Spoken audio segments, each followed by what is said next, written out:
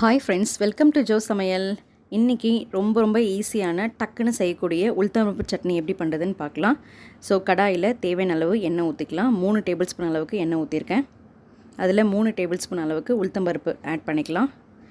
லைட்டாக colour change ஆகி வரணும், ரொம்ப கருகிடக்கூடாது. ஸோ சிம்மில் வச்சு நல்லா ஃப்ரை பண்ணி இந்த அளவுக்கு கலர் சேஞ்ச் ஆனதுக்கப்புறம் ஒரு பிளேட்டில் ட்ரான்ஸ்ஃபர் பண்ணிடுங்க.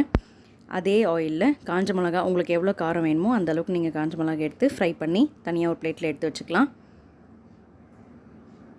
ஸோ சேம் ஆயிலில் 2 வெங்காயம், 2 தக்காளி, 2 கொஞ்சம் பெரிய சைஸ் வெங்காயம், தக்காளி வந்து 2 மீடியமான சைஸ் தக்காளி வந்து 2 எடுத்திருக்கேன்.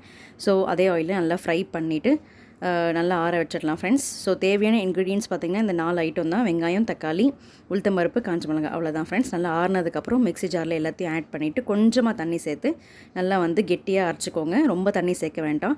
ஃபைனலாக வந்து நம்ம தாளிப்பு கொடுத்துக்கலாம். ஆஸ் யூஷுவல் கடுகு, சீரகம், கொஞ்சம் உளுத்தவனை போட்டு தாளிப்பு கொடுத்து நம்மளோட சூப்பரான கெட்டியான உளுத்தம்பருப்பு சட்னி ரெடி ஆகிடும்.